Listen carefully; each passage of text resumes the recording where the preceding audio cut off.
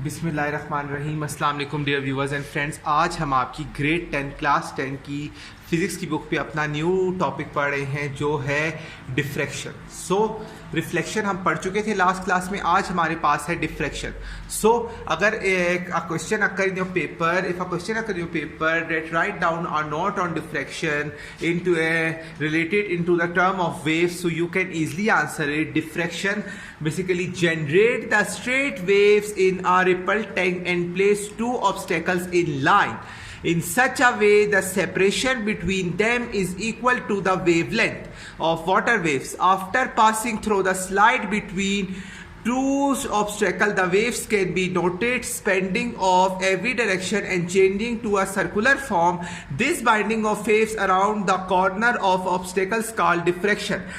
Diffraction आपका मैं पहले कॉन्सेप्ट क्या कर दूं। डिफ्रैक्शन क्या है?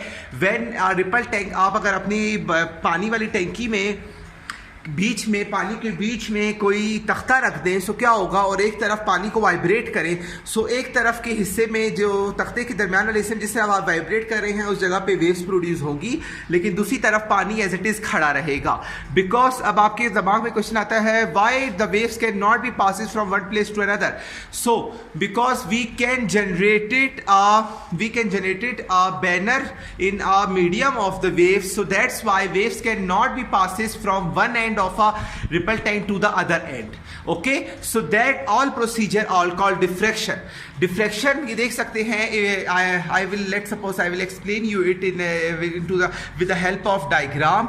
So it is a ripple tank. So what is that? That's our ripple tank. Okay, ripple tank. So basically you should easily clear your concept from this diagram.